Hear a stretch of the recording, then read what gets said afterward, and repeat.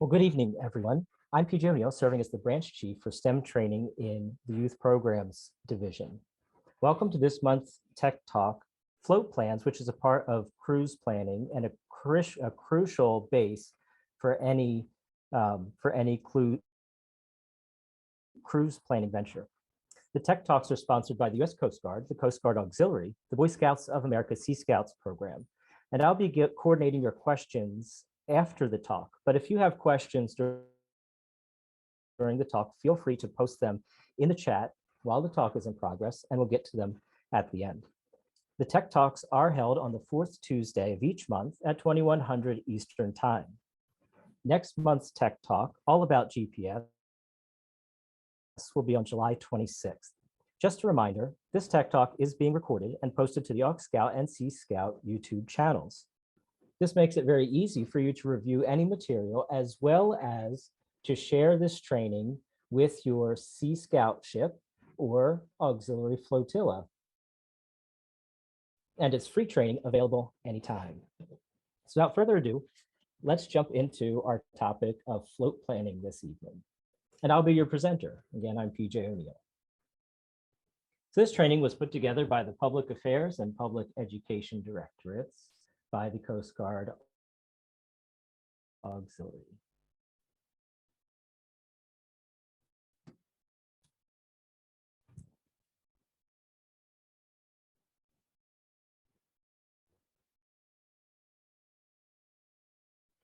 All right, at the end of the talk, we'll be, or I'll be sharing the link in the chat to download a digital float plan that you can customize and change at any time, and also talk a little bit about the feature available on the My Coast Guard app.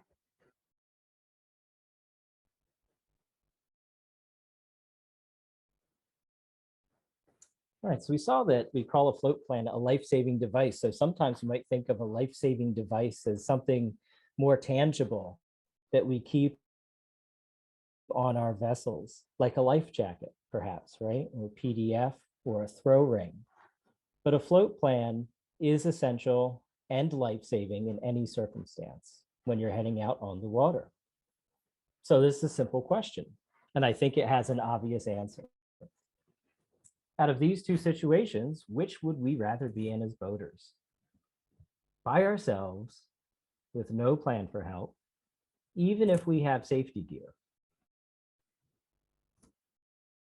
or cruising comfortably with the knowledge that if something were to go wrong, that help will be on the way. I know for sure I'd rather be in the scenario where I knew that if something did go wrong, help would be on the way. And I hope you would too.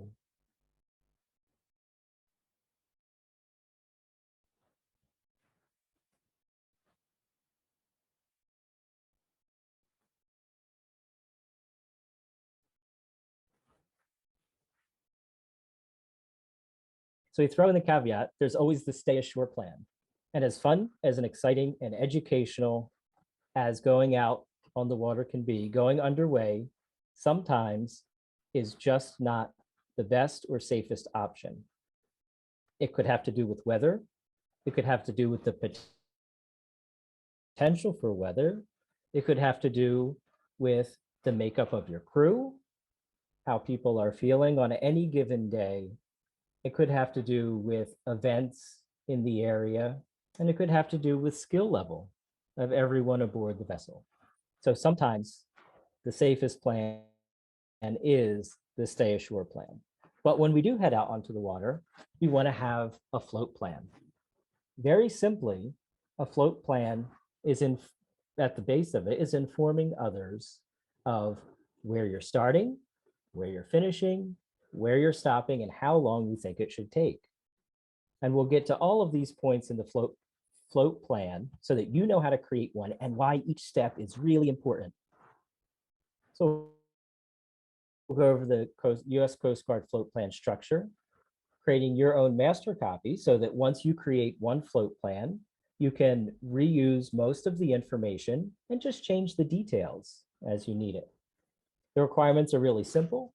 Most of us use these, right? Or maybe an iPad or something, but You can create a float plan online, you can create a paper float plan, and you can use the Coast Guard app for sure to create your float plan and share it with others. And you'll see that that's a crucial step.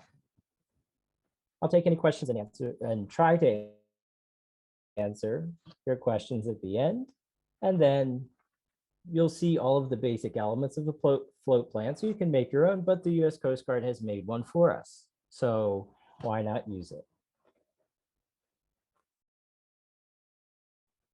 So the very basics, right? A written statement filed with a person on shore, right? It describes your vessel, all of the equipment, your safety equipment, your navigation equipment, your communications equipment, who's crewing your vessel, and your itinerary. Sounds simple.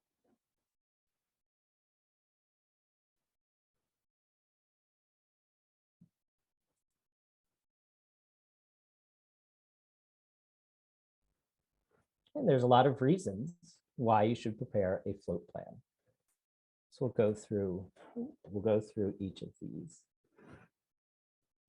Okay, so if you have an actual emergency happen and your communications are insufficient, we're not working, right? That may be too many details for the people on shore that you've left perhaps at your house or waiting for you at your destination for them to remember. Right? Perhaps they don't know all the details of your vessel off the top of their head. Perhaps they're not sure of everyone's name and description aboard your vessel. And even if you don't have to, others don't have to help you by activating your float plan, it's good for you to verbalize these details because you'll be very familiar with it in the unfortunate circumstance that you have to make an emergency call. You'll have the details at hand. And of course, these two go together, assisting rescue and minimizing search and rescue time. As you can imagine, and if you've ever been in an emergency situation, you know that in almost all situations, time is of the essence. And so the less time that it takes for a rescuer to reach a victim, the better the chance of a good outcome. And of course, it increases the chance that you'll be found. And in turn, that could help save your life. So as I said, you can make your own float plan. Once we go through these details, you'll have a very strong idea of what should go in a float plan. Right? But why particularly use the one that I'm going to walk you through tonight? It's simple.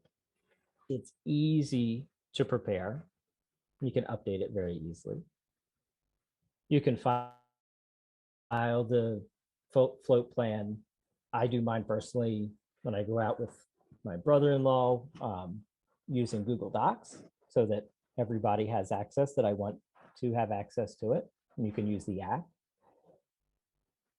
And you can tell the person holding your plan exactly what to do if you don't check in or return as planned. All important decisions. And of course, float plans have to be updated, right? As time goes on, we'll see some scenarios where maybe you are going out on someone else's vessel, where you're acquiring a new boat, where someone who was going to be on your crew is no longer going to be on your crew, right? We don't want those details that aren't relevant left on an old plan, so we have to update it each time that there's a change. So this is a very long list. Who should prepare a float plan? Basically anyone that is going out on the water. Even if you are going on a day cruise where you are leaving and returning to the same port or the same boat ramp, you should still file a float plan. Right? It becomes critically important if you're doing, say, an overnight, or if you are going to have stops along your route called waypoints. But even if you're just going out for the day and returning to the same location, pretty much anyone that's going out should file a float plan.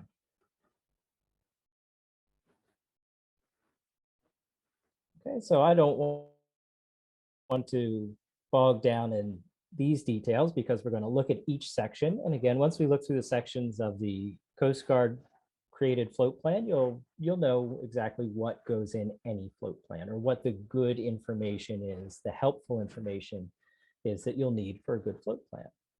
Right? But the first page deals with details of the vessel, who's on the vessel, and what you have in terms of gear, safety gear, survival gear. The second page is your itinerary, right? What time and location you're departing from, if you have any stops along the way, and your destination and what your expected arrival time is. If you were here with us for the last few tech talks, where we covered some basic and moved into advanced navigation, this is where it becomes really important to plan your voyage ahead of time so that you can give estimates for each leg of your trip. And kind of unique to the Coast Guard float plan is you have the boating emergency guide.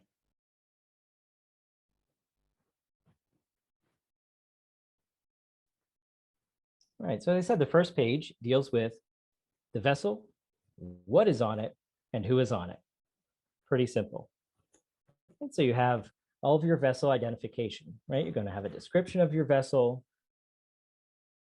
the registration, type of propulsion, all of that sort of thing. As far as your equipment, you want to include all communications, radios, whether they are handheld VHFs, if they are built-in VHFs, your navigation equipment, right? Even if you're just using this, right? You've got a navigation app. I'm a big fan of redundant systems, meaning having more than one navigation option, but whatever you're using to navigate, obviously, you'll want to include, as well as any safety gear aboard, right? Including your distress signals. You want details about the people on the boat, right? The crew. So who's the boat operator, right? If you have people that are crewing with you, or you're taking passengers out who are not part of the crew, they're just along for the ride, they should still be listed. So it's everyone aboard. If you are traveling with EPIRBs, right, or if you have a personal locator beacon, right, they should be registered, and you would want to record the details about your EPIRBs or personal locator beacons, as well as any critical notes. So what does that mean? Well, what if there is someone aboard who has a medical condition, right? It could be something that we take for granted, maybe impaired vision. It could be something where a person needs to take a medication each day, right? All of this is really important. Even if the time that you're leaving and returning doesn't coincide with when a person needs to take their medications, if there's a situation where you're out longer than expected, that's going to be critical information for first responders to have at hand.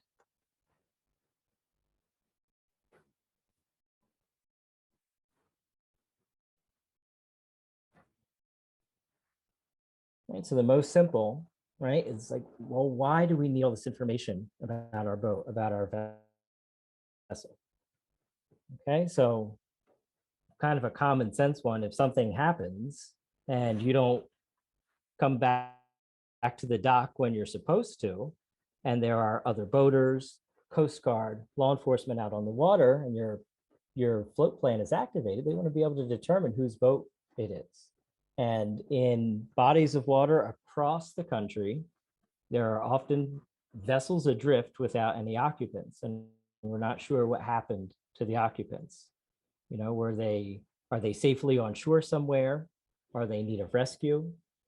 And if no one has the details of their boat, again, you're relying on people on shore to either have that information or reliably remember that. But when you follow in a float plan, it's very easy to give that information to search and rescue or first responders. Something that can help if you get in a bad situation, something that can help rescuers is the description of your boat, looking at sea heights and at the weather, right? They may have a good idea of the capabilities of your boat, of your power source, right? If you're under power, the horsepower of your motor, right? If you're under sail, has something happened to one of your sails, to your rigging, to the mast, right? And same with comms. Can they try and hail you? Can other boaters try and hail you to find out where you are and if you're okay in need of assistance? And particularly if they can communicate with you, are you going to be able to come back to shore? Perhaps if you got blown off course or lost your bearings.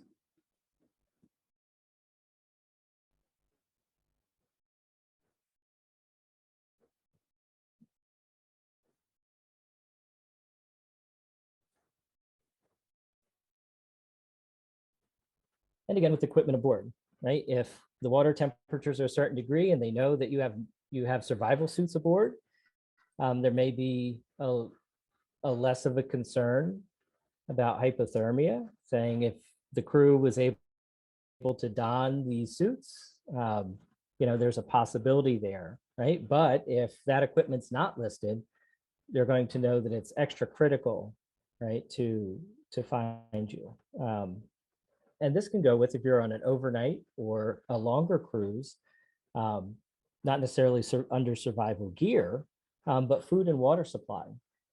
Because again, if something does happen, you lose power and your boat is adrift, what if it is two days overdue, 3 days overdue? This information can help in the search and rescue efforts to kind of identify, well, it seems like they had adequate food and water aboard for this many days. Right? So it's important to list all that kind of information.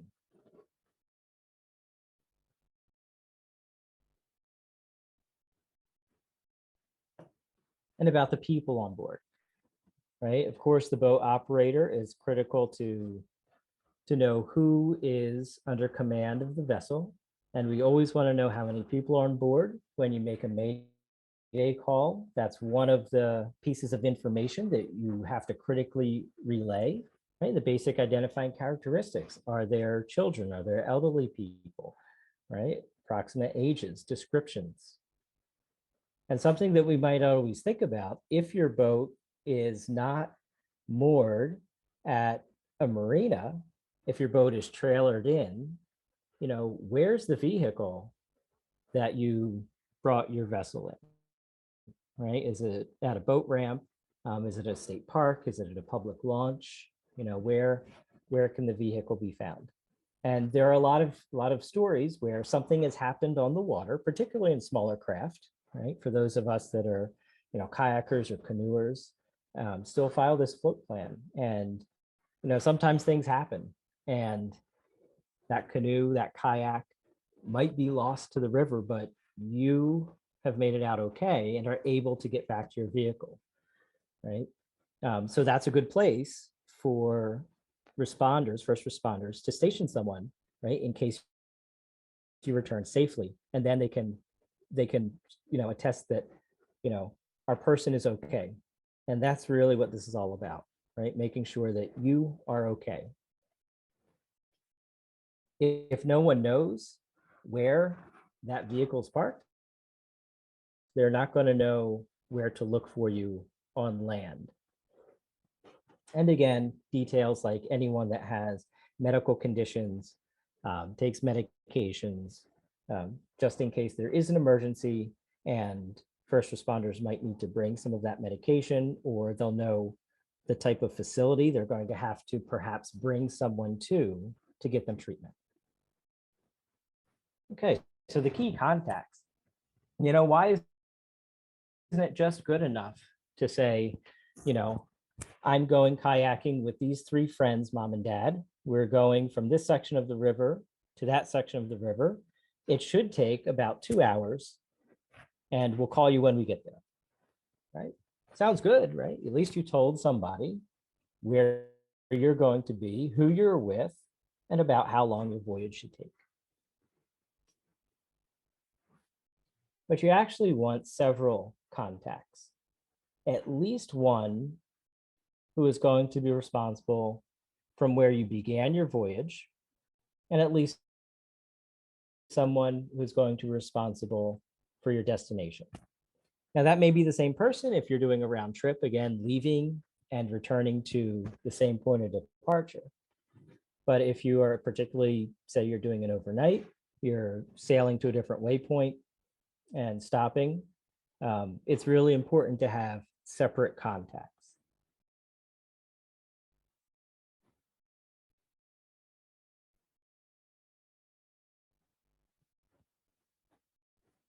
So in search and rescue, the itinerary is going to be one of the most critical parts of your float plan in assisting to locate your vessel and get you help as quickly as possible. Okay, so even though you filed a float plan and it has your estimated time of departure, you'll still want to check in with the person you listed for your departure time, right? As a contact and say, this is the actual time that we're heading out onto the water. Because again, if something happens, it's very critical to try and track your vessel's movements and possible courses with time, speed, distance, weather conditions, current, and those sorts of things. But time is part of that equation, right? So even though you might list, say we are going to leave, say that kayaking trip, we're going to leave at 8 a.m. Perhaps everybody takes a little bit of time getting their things together and you get down to the river and it's really 8:24. Right? You want to call that contact so that they know, and if you have the app, you can even update it, right? Update your float plan that your actual leaving time is 8:24. Planned arrival and your departure times, right? And so you'll have somebody who's listed as a contact who's waiting for your call, your message, however you're going to communicate with them at your destination as well for the same reason. Each time you stop, if you have waypoint set, right, you want to put a reason for the stop. It might not be important, but it could be, right? If it was a planned stop for a meal, right, that can give search and rescue some place to start where other people may have seen you.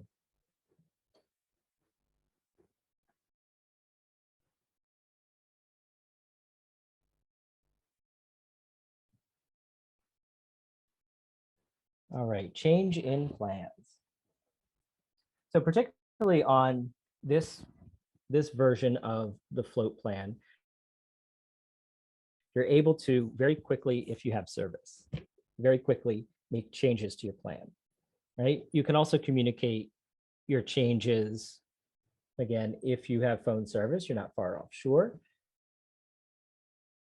Communicate by calling, messaging, always confirming with your contacts that the change has been received and the change has made.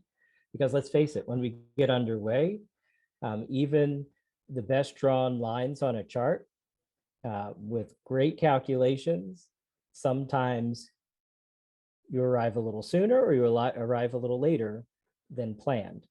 And if we are updating our course as we are making way, we should be able to at least see those changes in advance. It could be, another reason. Say you're going to stop the boat because, there was something interesting to look at, a little sightseeing. You're going to stop the boat to have lunch on the boat and anchor up for a while. Right? That changes the timing of your itinerary. So those are important changes to note because you don't want to just anchor up for lunch and your contact at your destination says, oh man, they're not here yet. Should I call someone and let them know they're overdue?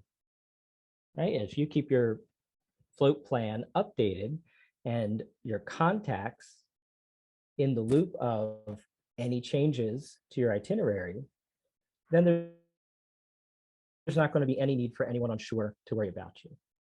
But if there is some sort of incident on the water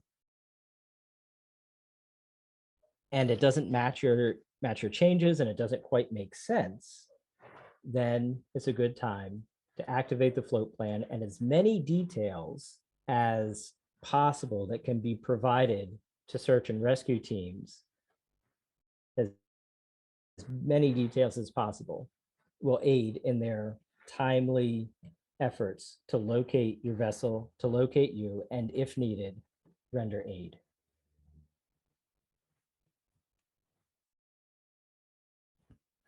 And then on the US Coast Guard's float plan, there is a third page for the boating emergency guide. Right? And it's really step by step. It's written for all levels of boaters. And if you never encounter an emergency on the water, you'll be very fortunate, and we hope that you don't. But even if you are an experienced boater, right, it's really helpful to reread some of the emergency procedures, right? It's also very effective to take this page and go over it with your crew, right? Create a scenario with who's going to be on your boat and say, okay, if this were to happen at this point in our voyage, what would we do? Right, so this page is actually a really good training tool. Right, and again, it's kind of like you may have seen emergency cards for different situations, right? A lot of medical equipment in public places have signs and placards with a step-by-step instruction, so that people that maybe have been trained but have never actually performed or executed the actions before have an easier time following.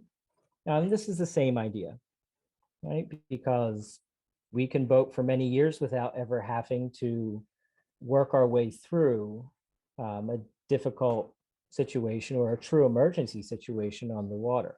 But when you do, it's very helpful, right, to have something as a guide. It's even more helpful if you take the time to go through it as part of planning before emergency ever happens.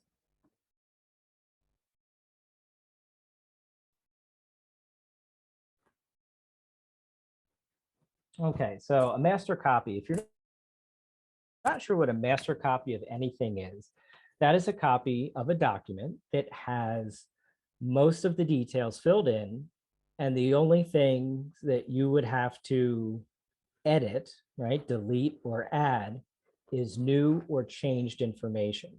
So once you create one float plan, if you're routinely going out on the same vessel, well, the vessel information can remain the same, right? So you don't have to type it in each time. You create a master copy. If you are typically the operator of the vessel, or you're typically a crew member of the vessel, right? And if you're going out with the same group, whether it's in your Sea Scout ship or within your family, those are details that might stay the same over multiple voyages. So it makes it a lot easier to create this master copy. Right, and it's the same as it's the same idea as having one document that only has to be changed when details of your voyage are changed. So each time you're going to probably have to update the itinerary. You're still probably going to have to make some changes as you go and notify your contacts of any delay or unexpected progress on your voyage, but it saves you the time of having to enter all the details over and over again. Perhaps your contacts, if you're doing, a routine kind of sail, particularly from one dock and you're returning to the same dock, perhaps your contacts are the same. One point that I didn't mention about the contacts, you shouldn't just list someone for the sake of having them on the form. You want to talk to them and make sure that they take this responsibility seriously and that they are going to be available for communication during your itinerary, before and after.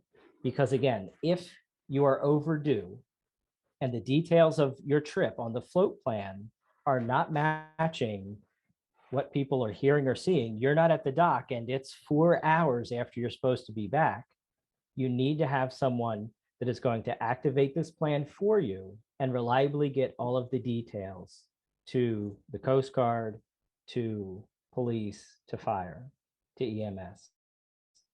Okay, so it's not something that you just want to pick someone and say, oh yeah, well, I think this person will be home. Let's just put them down, right? It should be someone that you have spoken to, you've gone over the plan with, ask them if they have any questions about your voyage, and that you explain clearly from this presentation why a float plan exists and how it's going to be used in the event of an emergency, and that they will be responsible for activating this float plan.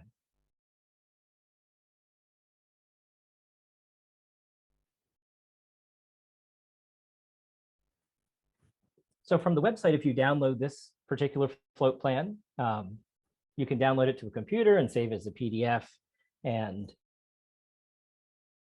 name it whatever you want. And each time you need to make a change, you just open it up, all the information will still be there, and you just edit the fields that you need to edit.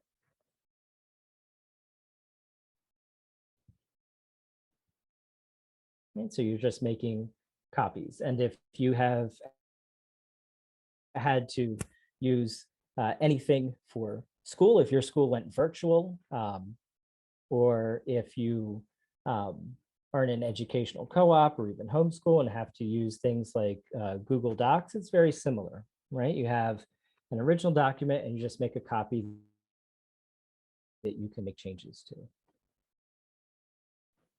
That's very important. If you keep a master copy because you typically use the same vessel, or you are typically the operator, or you typically have the same crew, or all of the above, that if you're going out on a different vessel, if you get a new boat, right, that you want to, and you're not going to use the old one, you want to make sure that none of the old information pertaining to that vessel or to the former operator or former crew members is on that float plan. And it's easy to forget. So it's something we have to be diligent about, something we have to be thinking about. And why is that important? Well, if I'm always sailing with the same 6 people, and over time, that group turns to 4 people, but I never updated my float plan, and something happens to my vessel, my communications are down, my contact activates the float plan, right? Now they're going to be, search and rescue is going to be unduly looking for 2 people that were never on the water when they're safely at home, right? So again, the details, as many details as you can get on the form is important, but also they have to be accurate for your voyage.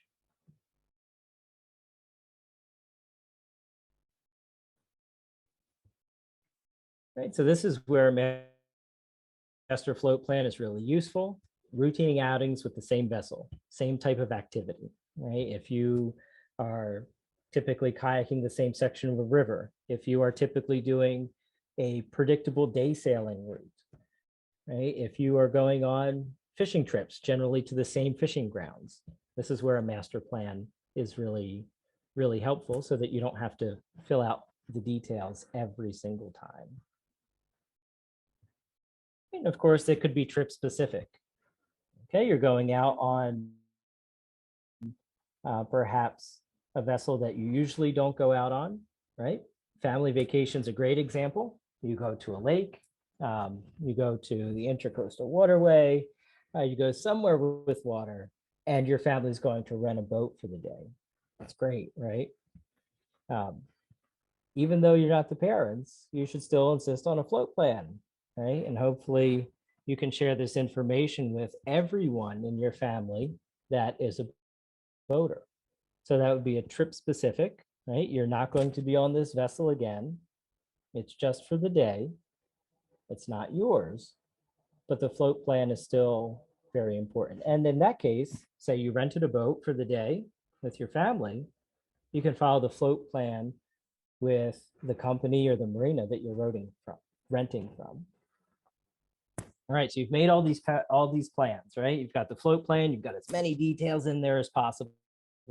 They're all accurate, right? So you've prepared the document, file it, you make any changes as you need to. And the last step is also really important, closing out your float plan. So what do we mean?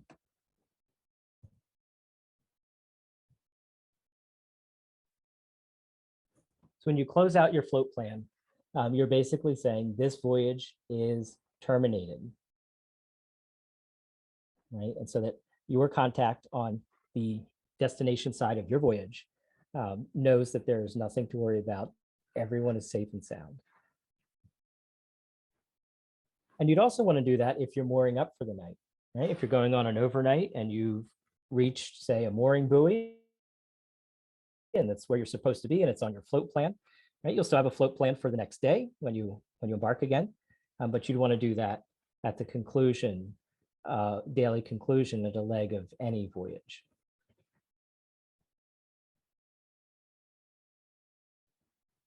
Okay, so these are things that we've talked about, but things that you might have to update, right? Things that change, who's going on your trip, right? That can have to happen often. Perhaps you're always going underway with, a core group of people, and every once in a while somebody else is joining your crew. Particularly if you get a new EPIRB or PLB, right? Personal locator beacon, they have to be registered, and you want to make sure all that information is up to date on there, right? And if you have to change your contact, right? Perhaps you've had the same contact at the boat ramp. Maybe it is a family member, but that before each voyage, you have to confirm with them that they are going to be available for communication during that whole time period before your journey and after, to receive word that your vessel is staying on course with your float plan in the itinerary. You're hitting the points that you said you were going to hit, approximately the time you're supposed to be, and that your voyage is safely completed. And say, your family member says, hey, I've got plans, this Saturday morning. I'm not gonna be reliable at 8 a.m. I'm going to be out for the day. Right. So that's something that you're going to want to update, because again, you're not just filling in a name. You're picking someone who is going to be responsible for giving all of the information to search and rescue to help you if you get in a very bad situation.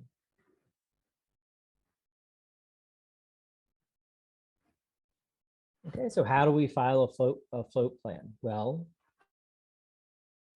it can be very simple. It can be low tech if it was paper, although very hard to update and change when you're underway or stopping at a waypoint, right? You have to pick out somebody you trust.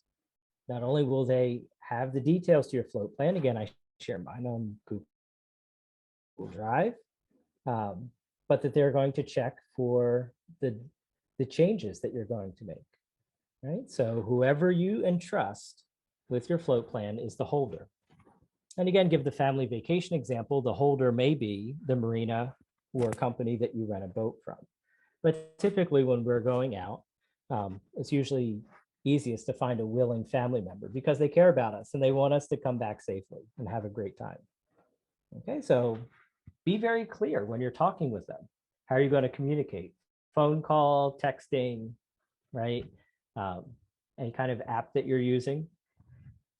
When you're thinking about ways of communication, do consider where you're going to be. If you're going to be inshore near coastal and you're sure that you're going to have good cell service, that's not a bad option, but it's going to take a lot of additional planning if you are going on a longer cruise and perhaps offshore.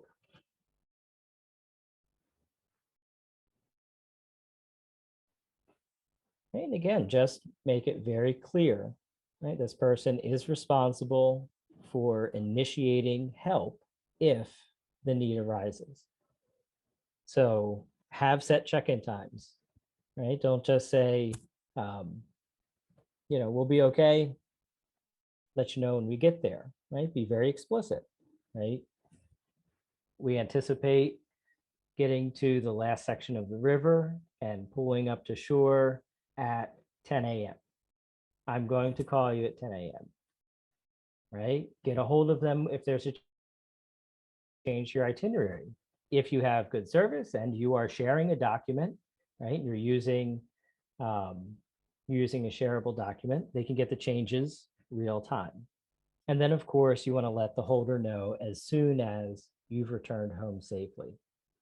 Again, you had a great day on your boating trip, and amidst the excitement and all of the work of of hauling your boat out and cleaning the boat and getting home, and you're exhausted, it's easy to slip your mind because you know that you're home safely. But you have to remember that part of the float plan is the closing, right? To make sure that your holder of your plan knows that the trip was a success and that you are safe and no further action is needed. Okay, and just share your float plan somehow to the person that you've chosen and discuss this with. I won't get into all of the dirty details, but I will briefly tell you that many years ago, my father was out on the water, not alone, him and another person, and he's an experienced boater. He did a lot of the same routes. He was a fisherman, and typically he would just tell people when he was going and when he thought he'd be home. Didn't follow a float plan. There's no float plan holder.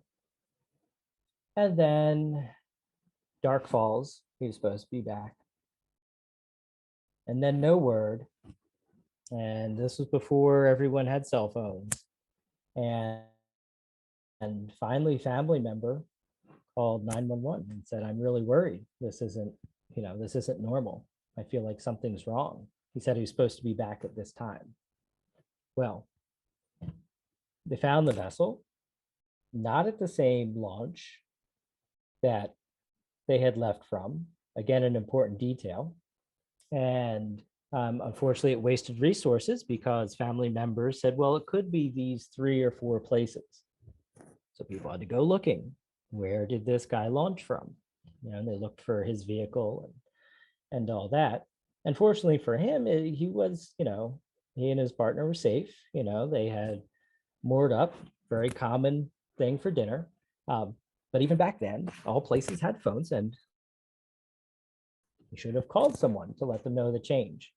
And here's a very expensive lesson. Everyone was safe that he was, or happy that he was safe. But he also got hit with a very big bill, right? Because anytime someone goes looking for you, of course, they want to find you safely, render aid, treatment if needed, but also nobody wants to waste resources. And even though he felt very, very, very bad about it and felt very stupid about the whole situation, he still got a very big bill.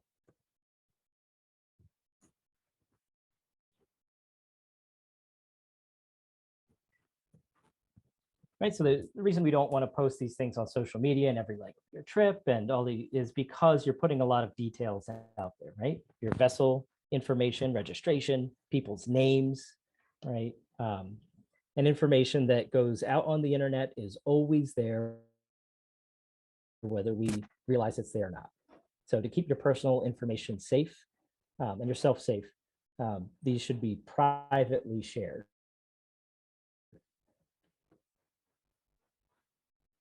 Right, so you call, email, text your changes to the plan holder.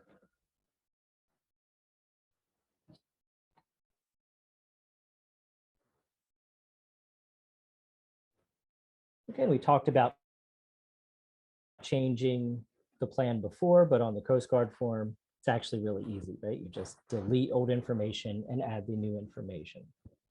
Again, just be explicit with your plan holder. Close out your plan. When you've returned home safely, it's okay for them to delete it.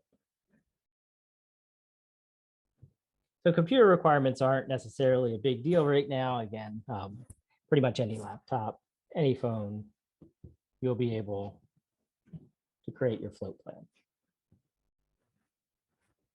And this is just kind of a funny picture, right? Expect the unexpected. By the way, this is not an actual sinking boat. This is a boat that this gentleman, he's an artist. He designed and built this boat, and it's actually Perfectly seaworthy. It's got a keel and hull underneath.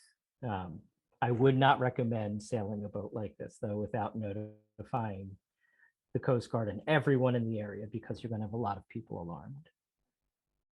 All right, so I'll post a link to the float plan that I went over today in the chat. But if you have any questions, either on the Facebook Live or here, you can post them.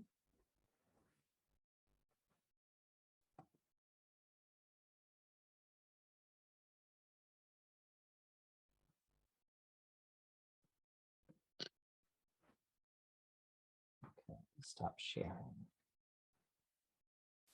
PJ, I don't know if you can see the chat box. We have a question about posting or filing the float plan with Coast Guard.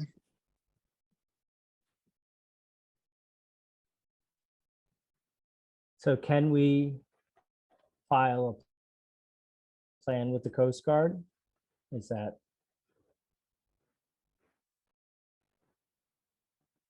So you can correct me if I'm wrong. I've always filed the float plan with my designated float plan holder, who would then activate the plan with the Coast Guard if we were overdue.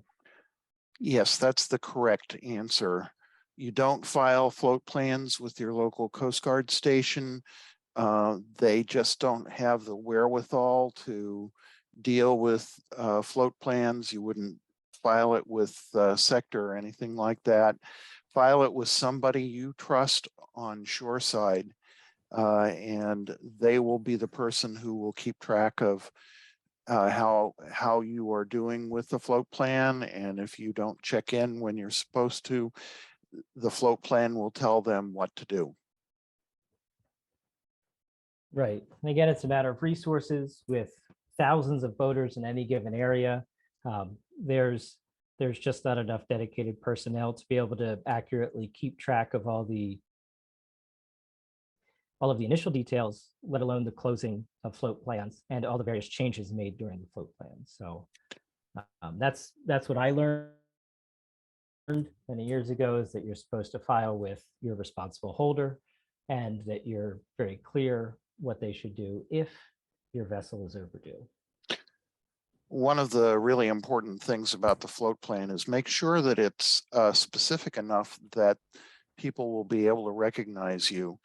To say that your boat is a white 30-foot sailboat probably isn't going to narrow it down very much.